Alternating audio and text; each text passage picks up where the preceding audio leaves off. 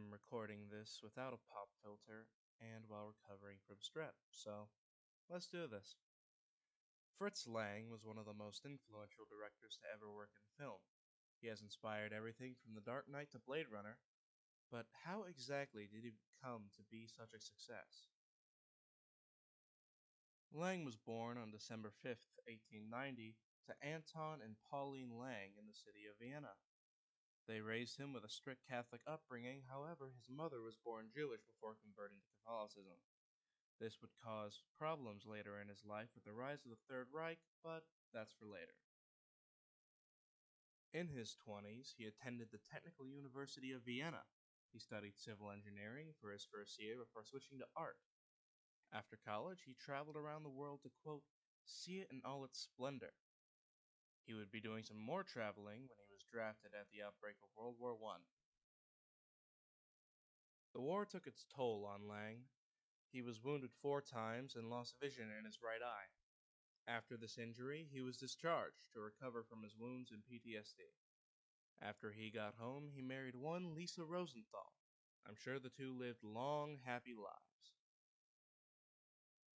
But it is possible that Lang may have murdered his wife. She came home one day to find Lang cheating on her with writer and actor Thea von Harbou, pictured left. She was found by police in the bathtub with a single gunshot wound through the chest from Lang's service pistol. Both he and Harbou claimed it was suicide. After the loss of his wife, Lang went on to direct films for the German film company UFA. There he produced his first film, Hablut, started his longest series, the Dr. Mabuse series, and made one of his most famous films, Metropolis. All was looking good for Lang, but not for all of Germany. After his film, The Testament of Dr. Mabuse, was banned by the Nazi regime, Lang was approached by head of propaganda and human scum, Joseph Goebbels. Goebbels asked Lang to be head of the UFA and make some films promoting the SS. Lang took that opportunity to get out of Dodge and emigrate to the US. In the US, Lang produced more films than he did in Germany, the first of which being the 1936 film Fury. He created the Hollywood Anti-Nazi League with his buddy Otto Katz, and in 1939 he gained full citizenship in the US, though he would not remain in the US forever. Year 1959, Lang returned to Germany to film The Indian Tomb, a film based on a novel written by his ex-wife, the one he cheated on his first wife with. He made one more film in Germany before retiring from the industry, The Thousand Eyes of Dr. Mabuse, the finale of the Mabuse quadrilogy. On August 2nd, 1976, 16 years after The Thousand Eyes of Dr. Mabuse, Fritz Lang died of a stroke in his Beverly Hills home. He was buried at Forest Lawn Cemetery. He had directed 46 and wrote 39 films over the course of his life. Alright, now we know the man. But what about his films? He was such a prolific director that it's hard to even choose which ones to talk about, but I have selected 5 that could be seen as essential Lang viewing. He was the first American film Lang directed. A man who is wrongfully accused of kidnapping is nearly killed by a lynch mob. He then spends the film clearing his name. Lang had originally intended the film to star a person of color to make a commentary about the state of race relations in America, but was shut down by producers. Big Heat is as classic noir as you can get. A cop takes on an organized crime syndicate after the suspicious suicide of a fellow officer puts him on the trail. Fun fact, a group from my high school did a parody short film of this movie. It was not good, as you could imagine.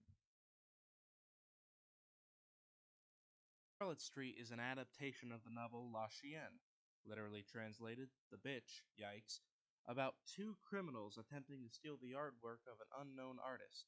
This is another one that was written by Lang's ex-wife, weirdly.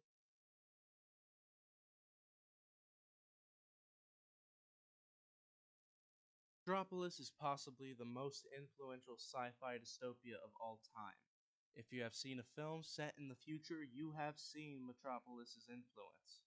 It is essential viewing for anyone interested in sci-fi.